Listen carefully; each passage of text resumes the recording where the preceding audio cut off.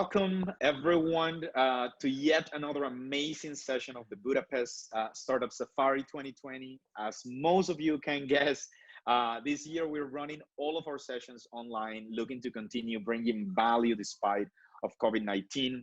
My name is Arrieta, entrepreneur operating out of beautiful Medellin, Colombia. Today, we have with us Dr. George Tilesch. Among his many accomplishments, his global senior executive and strategy consulting leadership track record spans decades with the EU and US policy, Microsoft and Fortune 50, tech corporations, international organizations, and global think tanks, pioneering startups, and global social innovation leaders. Most recently, he was Chief Strategy and Innovation Officer for Global Affairs, the public arm of Ipsos, a global top 3 research firm, where he led the digital impact and governance research and advisory practice and coordinated AI thought leadership. And we could go on. And to be completely fair, George, this is a summary. This is a summary I made out of everything that's out there. So thank you so much for joining us today. Thank you. All that means is that I'm old, but I have to try to be at peace with it. I wanted to thank you for the opportunity because this is the first time I'm talking in public or on record about our book and our work and our mission. And also big hello to my favorite Hungarians because I left Hungary 10 years ago, but it's a great pleasure to me to be addressing my homies. You know, I was very excited to be thinking about Startup Safari Budapest. I was ready to go in April, ready to get the tickets because I loved it last time that I went there. And I have to say that those are my favorite Hungarians as well. But let's get right into it. My first question might sound like an ignorant question to some people, but I have to be very honest. AI has always intrigued me.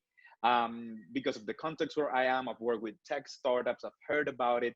And my question to you is, how does someone get involved in AI? How does that happen? How does someone, it's like all of a sudden you're an AI expert. Did you think about this when you were little?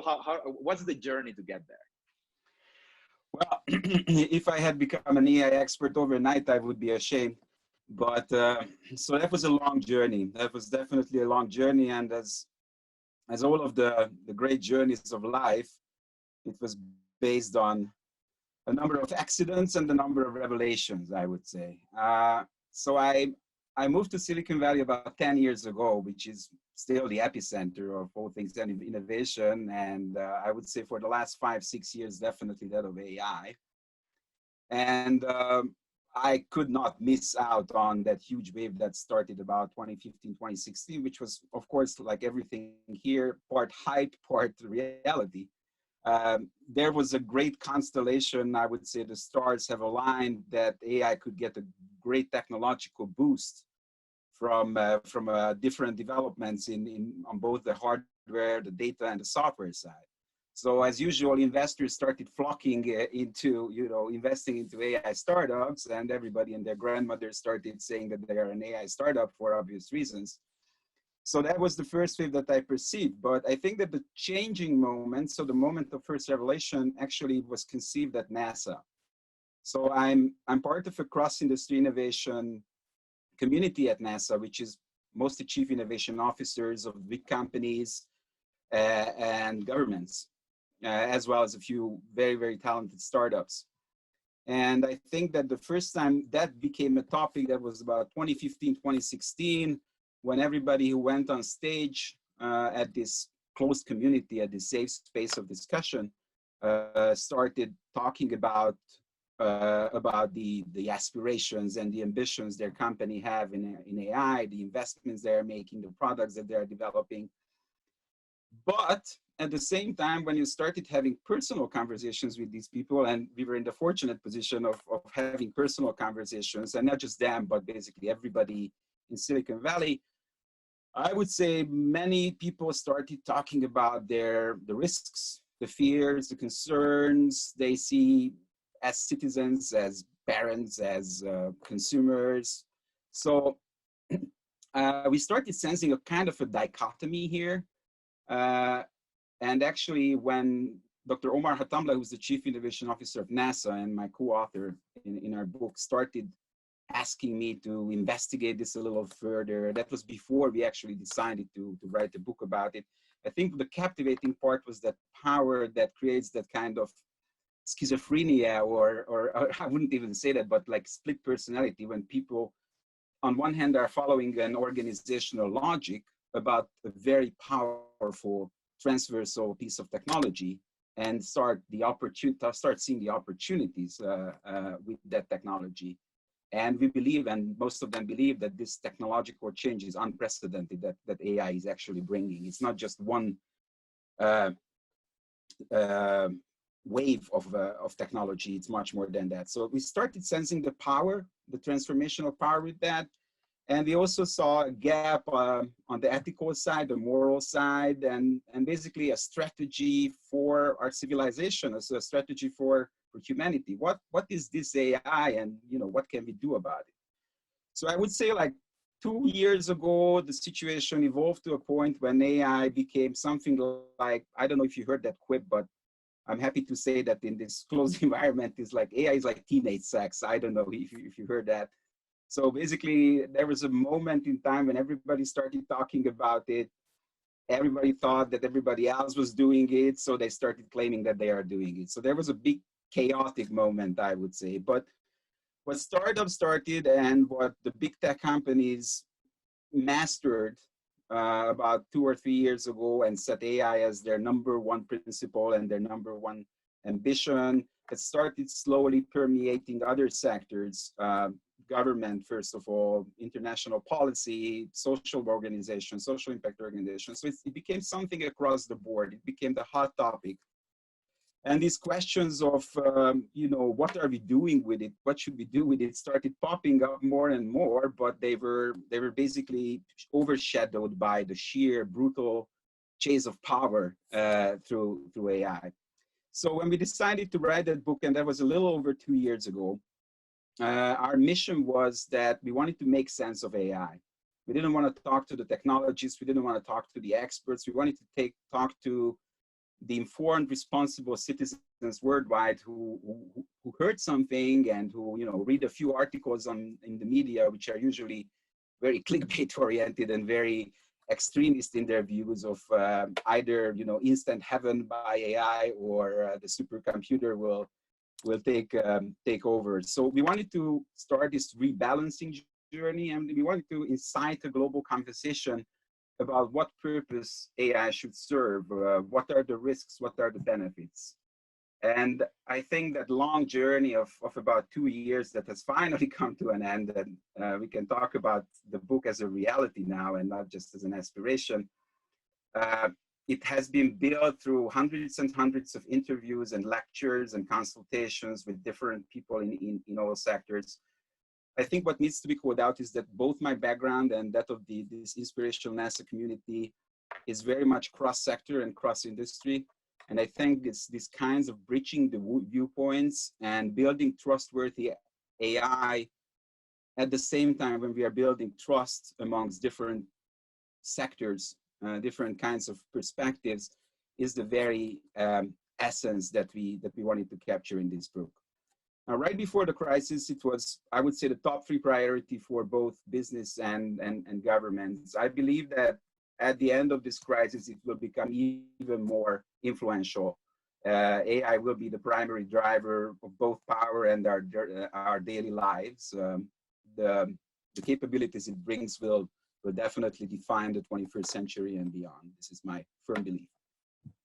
And that's amazing because it will lead me to my second question. It's the first thing that you mentioned about that is, of course, as this topic is arising, the misunderstanding start arising, especially when something exciting happens. Everyone claims they are doing it when they are not doing it. And I think we all, as entrepreneurs, as innovators, or members of the community, we all have a responsibility. I mean, you're saying it's going to drive power, it's going to drive innovation. So we should know what it is. So what's AI and what's not AI? How do you understand, or how can you help us understand that? What are the drivers of the AI age per se? What are the misconceptions around that, and what understanding should we have as responsible entrepreneurs and innovators? Yeah, responsibility is key in that regard, to be honest. So let me start with an anecdote, actually. In one of my previous roles, we had an AI day for the whole company when we were trying to basically define the AI strategy for a big company. And there were about 40 people who were working on that. And we spent about 1 month on an email thread with these 40 people who were all experts, starting to come to a common definition of what AI is. So there's a lot of controversy about that. So basic terminologies, basic definitions matter a lot. And I don't want to get into a lot of technical details, but AI has been developing for 60 years now. There are lots of historical developments that are not recognized as AI by current technologies. The experts of nowadays are seeing clear limitations of the current wave of AI technologies as well. But what matters is, I think, how you define the purpose of AI. So if you're looking for something to be deployed in a business environment and, let's see where it goes, then you can be satisfied with definitely a looser version of AI. The way I'm trying to capture it usually, and because there are lots of startups on the line, I suppose, is the industrial estimate is usually that 40 to 60% of startups who claim to be AI are not really AI. And the way when somebody should investigate that is a combination of how core AI technologies, mostly machine learning and deep learning, are to the products of that startups or that corporation. What is the active data use and the sophistication of data use behind it, because data is the essence of AI, without any doubt. In its basic core definition, AI is machines that think and learn. And that's very much aspirational at the current level of technological development. But I think it's core to define how that algorithm is learning. If it's not learning, if it's just a script doing, ETL batches or something, that's definitely not AI in my eyes. And of course, the skills that are on board. The latest I have seen is that the number of people who can actually develop AI is estimated to be about 10K worldwide. There are a lot more people claiming to do that. So I think that the combination of these factors define whether it's real or not. But from our perspective, and our perspective in the book was mostly focusing on the power and the impact of AI. So if you're putting on that lens of like how it is powerful, why is it different? How is it different from previous waves of technology?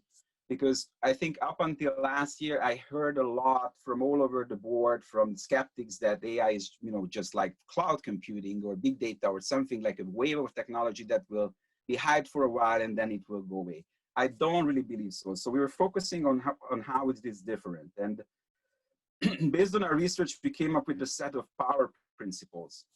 We call the AI power principles. And these are, just to name a few, is that we believe that AI will be the core. So it's not just one line of exponential technologies like augmented reality or VR or robotics, but it will merge with all other lines and it will be the brain behind every other set of technology. So soon we expect every single piece of technology, digital technology, to be AI.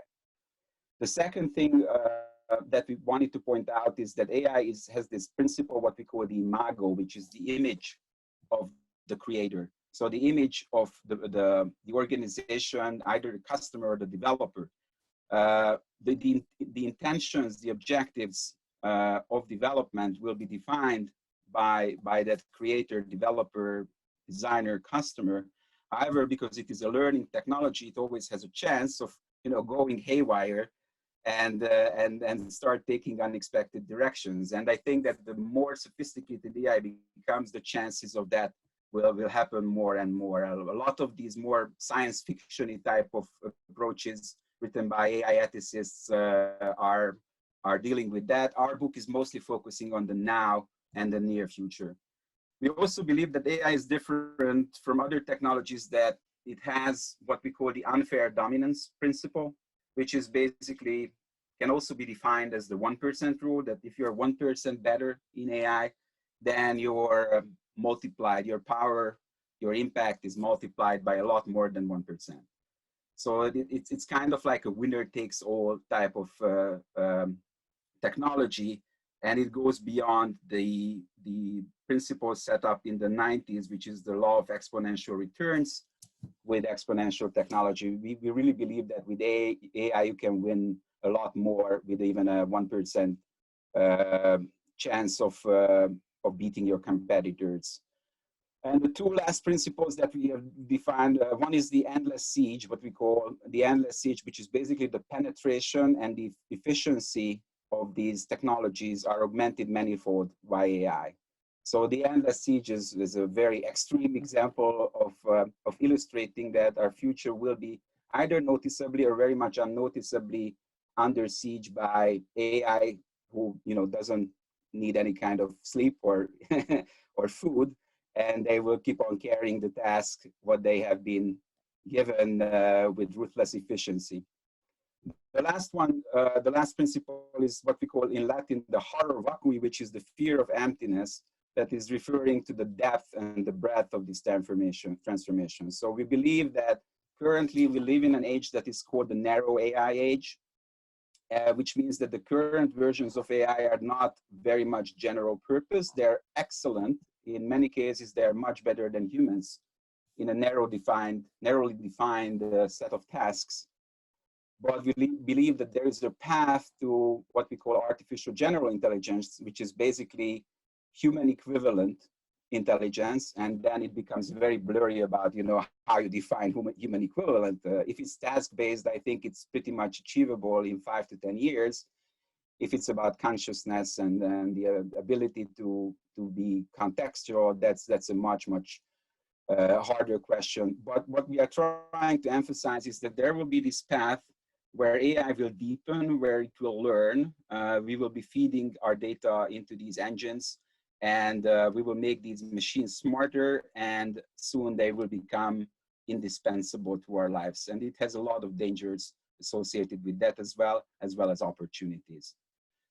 So last, what I wanted to mention is that there is what we call a global race for AI dominance. And I think that our work and our book is focusing on demonstrating how different kinds of players, different kinds of sectors, countries, big technology companies, startups are thinking about the potential of AI and the risks of AI. And we are trying to bridge that kind of mindset with another kind of vision that is not a race type mentality where, the winner takes all and we care about the damages later.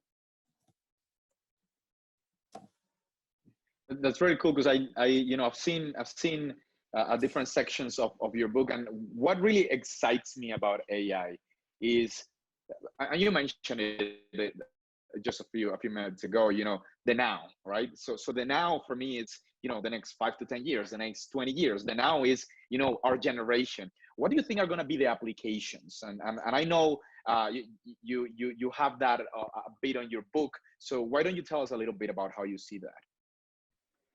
So as I said, that we built our book in a way that focusing on the impact, the transformational impact and power of AI technologies, and we try to go for a very broad view of what's happening in each industry, in each sector, where applied AI is already rewiring a lot of sectors and industries. So I would say the roadmap that we followed in the book is that we started focusing on the industries where the impact of AI is already visible, or it will be very much visible in the next 1 or 2 years. So we are talking a lot about autonomous transportation, and then of course the social economic aspects of it. Like, if you can talk about autonomous transportation in the Uber context or the taxi context, and you can talk about it in the context of the trucking industry, which is one of the most important if boring industries of the US, and there will be tens of millions of jobs affected as that. So we try to keep a balanced view on the socio-economic lens and the technological lens as appropriate. We were talking a lot about the healthcare industry. I really believe that AI will have the most demonstrable transformational power and use cases in healthcare. I think it will rewire healthcare first of all industries. Definitely education, also like a short-term, very positive balance that AI can achieve there. We talk a lot about the construction industry and the creative industry, how AI will redefine arts. We already see how it redefined marketing and how it redefined social media and made targeting incredibly efficient. But we're also talking about the sides of like how new advertisements will be produced and of course the less marketing part of it, like the arts. And then in the book, we turned our attention to what is considered to be higher risk. So we are talking a lot about governments and governmental use of AI. It's a lesser known fact that the big AI startups, I would say that most of the top 10 AI startups in the world, many of them being Chinese, have governments mostly as their clients. This is very unusual in the startup world. And also they are not, just to your job, they are not going after publicity, but they are trying to hide. So there are reasons for that, because the most in-demand technologies these days are facial recognition technologies, various kinds of surveillance technologies, autonomous weapon systems, cyber warfare, and these kinds of applications that are super sensitive.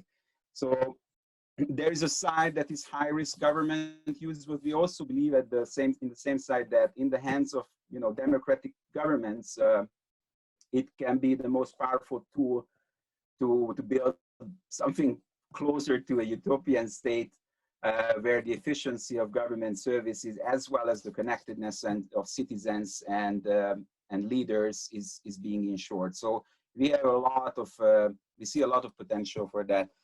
I'm also leading the working group for the Club de Madrid. I don't know if you heard about them. That's an organization for former prime ministers and presidents who also wanted to have a view on AI. And the specifics of that work is focusing on what I consider to be the most near-term danger, which is the AI's effect on democracy, public trust, and the public dialogue.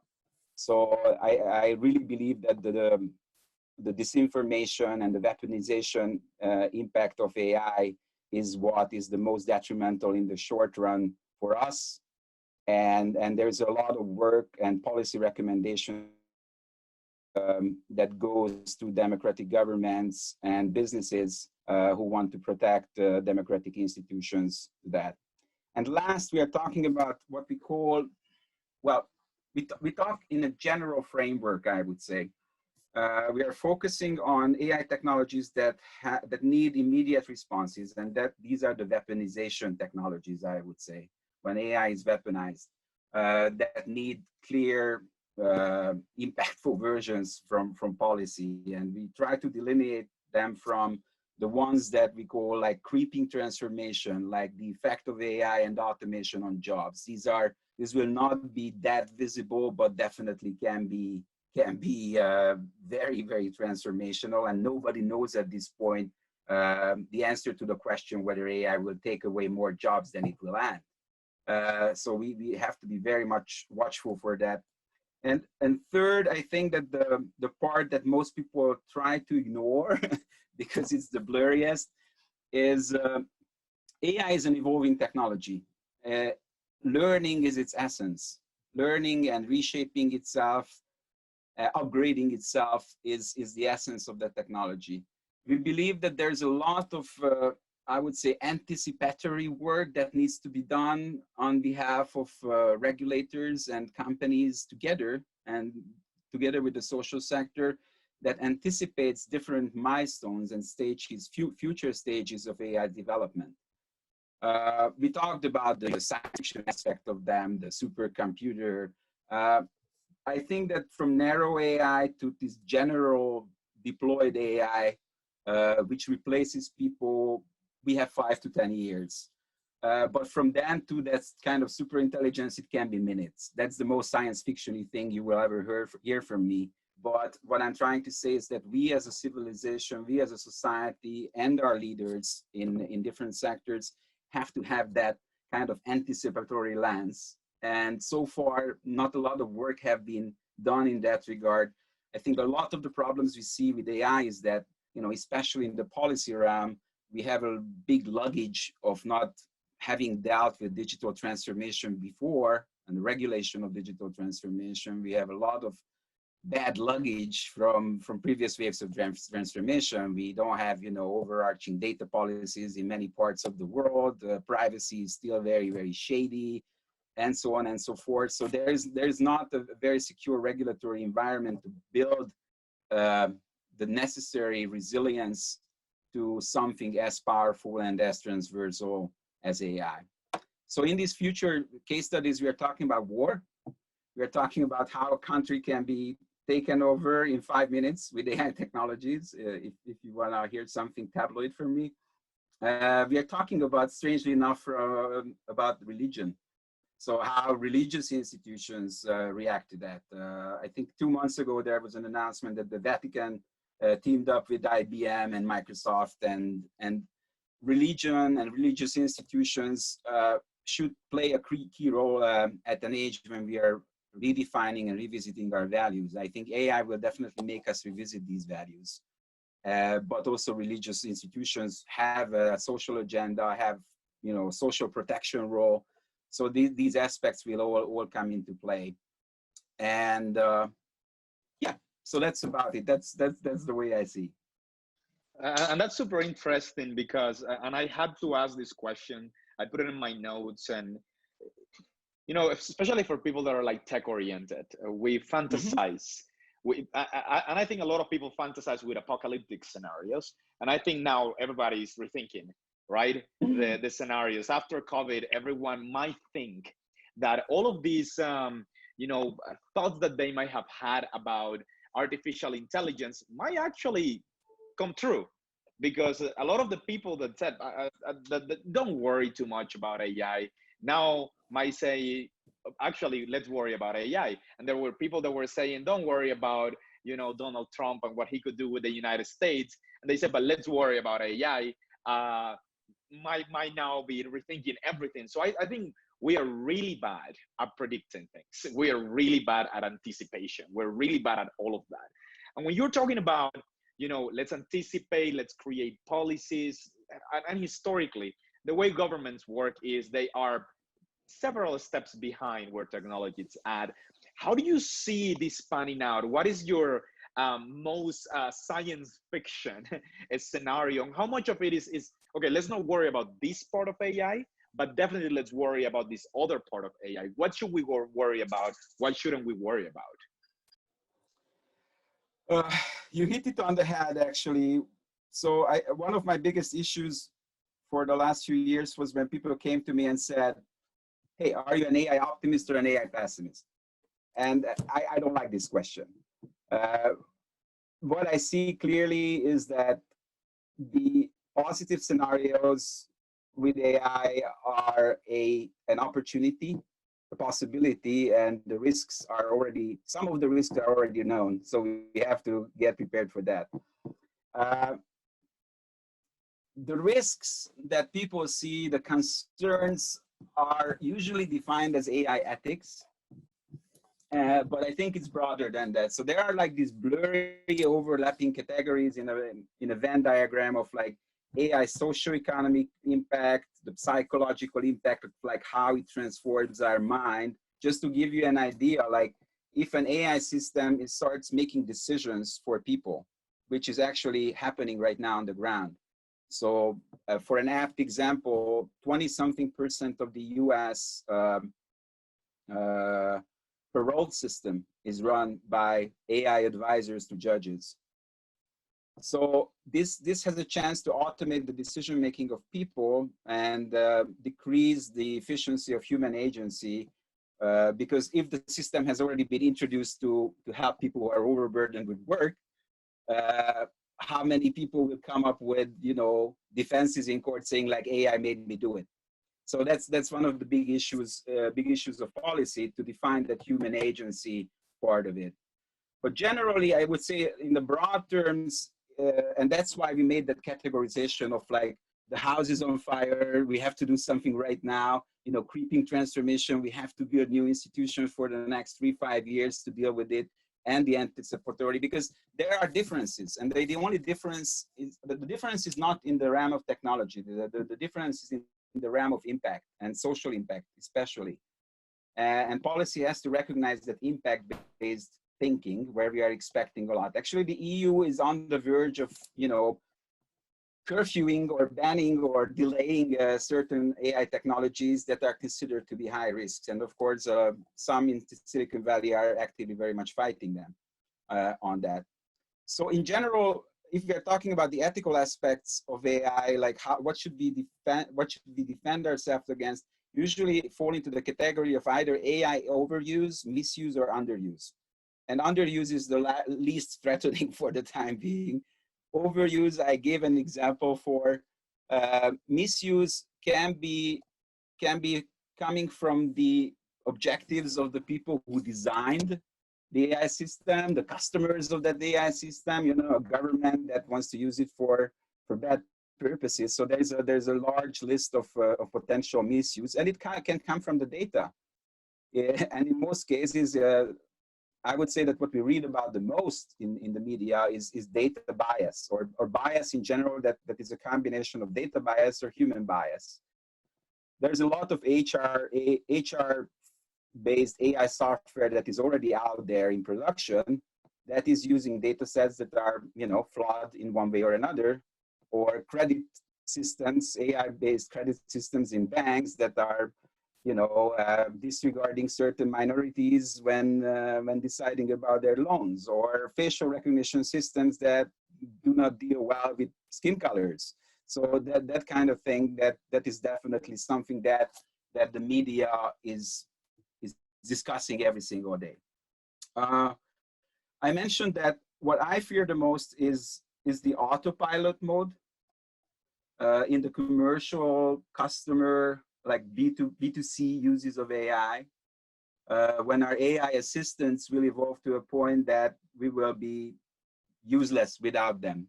They will know more about us than we do about ourselves. That's one of the, I would say, dangers of the next 2 or 3 years, when we start using these AI assistants as companions, companions who not always have our best interests in mind, but that of an advertiser or a customer. That's one of the big problems. From the policy perspective, strictly, I think that the biggest problem or the biggest issue is responsibility and what we call the black box. Black box or explainability are terms in AI research and policy that say the system is not just unintelligible or inscrutable, but the people who designed the system cannot even explain how an input led to an output. And you cannot do any kind of regulation or establish any kind of responsibility or liability about an AI system in production if you cannot show the steps in between. A lot of the reason is technological, because the neural networks that are the most cutting edge these days of AI technologies have billions or trillions of neural connections that are absolutely inscrutable. So I'm working on a lot of these explainability types of questions with certain governments, which is definitely the hardest. Last, I think what I wanted to mention is that on the impact side, there is a lot of fears on in line with our thinking about AI leadership leading to unfair dominance, is that there's a lot of data colonization going on in the world, and this is especially the concern of social impact organizations. We believe that there is a clear link between data colonization and AI colonization. So a lot of the countries and populations who have less means to access AI technologies, both on the talent side and the infrastructural side, will fall prey to potential bad intentions.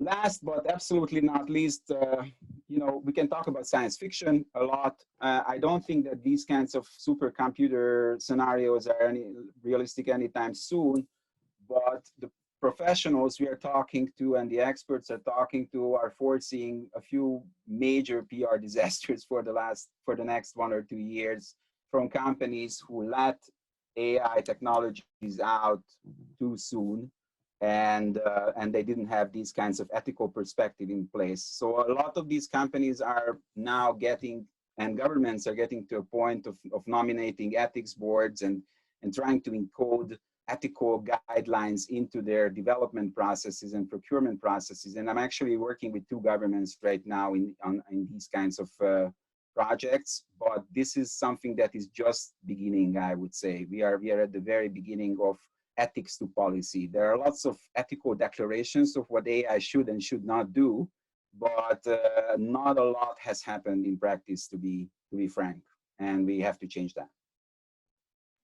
And that makes complete sense. Thank you so much. Because I think you lean toward the side of saying there are so many ways to look into what you mentioned, data colonization. And I believe, especially with the super apps that you see out there, what you have in there, they're the super apps for Asia, the super app for the US, the super app for Latin America. We're talking about monopolies. And when you start talking about monopolies, we get into stuff that we thought had already been surpassed. That's something that we don't have to talk about anymore. But then as technology cripples in, then all of this, the nature of human beings starts kind of like directing the way the technology is going to take. And of course, I wanted to ask you a follow-up question on that, because I do believe that I know the answer to this coming from what I've heard about you, but if you had to advise a company, right? If you had to advise a business, if you had to advise a government, would you advise them to start thinking about AI, start implementing AI? And when I say implementing, I use the term very loosely because many people would think, oh, it's already a full-fledged AI. No, I'm already starting to think about, okay, what are the things a business should start thinking about when they think about AI? So the first question is, would you advise a business to get involved with AI? And then number 2, to which level would you advise a business to get involved with AI? I think the first one is the definite yes. Because if you don't do it, everybody else will do it, or a version of it, or at least the big guys will do it. So that part is clear to me. But then the second question is much trickier. To what extent? I think that for everybody,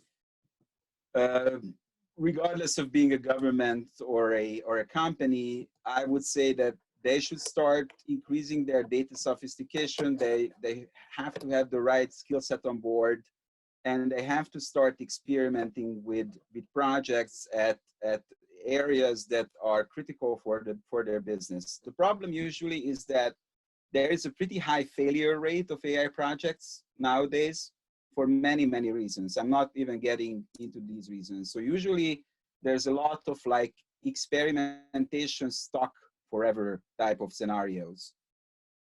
That's one of the key issues I hear. And usually, I mean, I could give you 10 reasons why this is happening, but it's usually a disconnect between the technology and the strategy side of the house. And also not having the right people on board.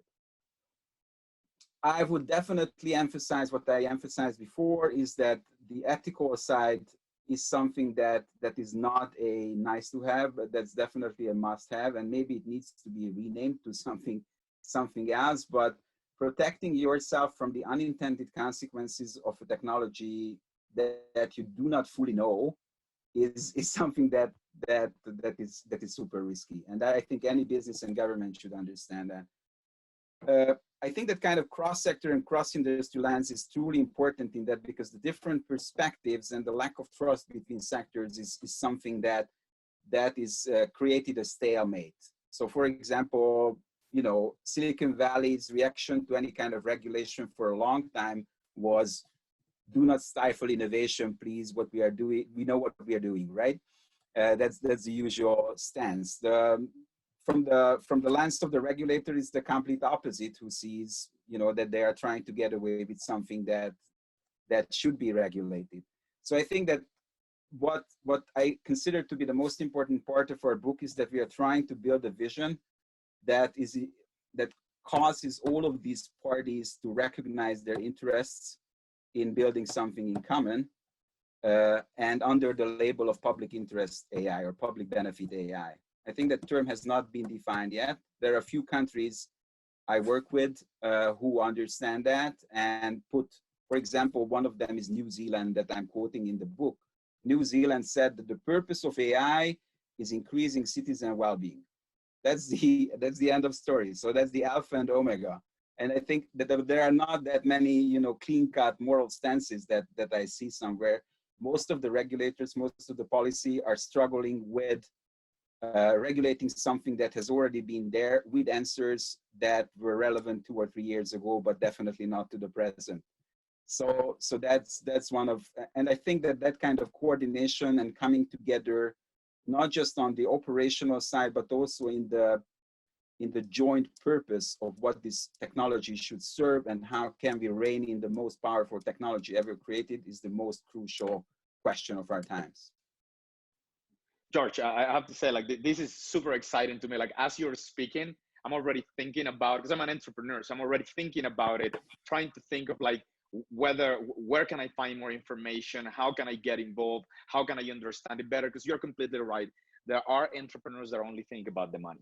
There are entrepreneurs that don't think about the unintended consequences. I'm not going to say, they have I don't know, faulty morals, because we all make mistakes, and we all don't think about things thoroughly or fully, and we end up making mistakes. But it's amazing to start thinking about this. It's very exciting to think that in the next 5 to 10 years, it's going to become much more prevalent, especially because of what you're saying. There aren't many people that know about this. So we have your book, Between Brains. We have the knowledge that you have in there. Where can people learn more about this?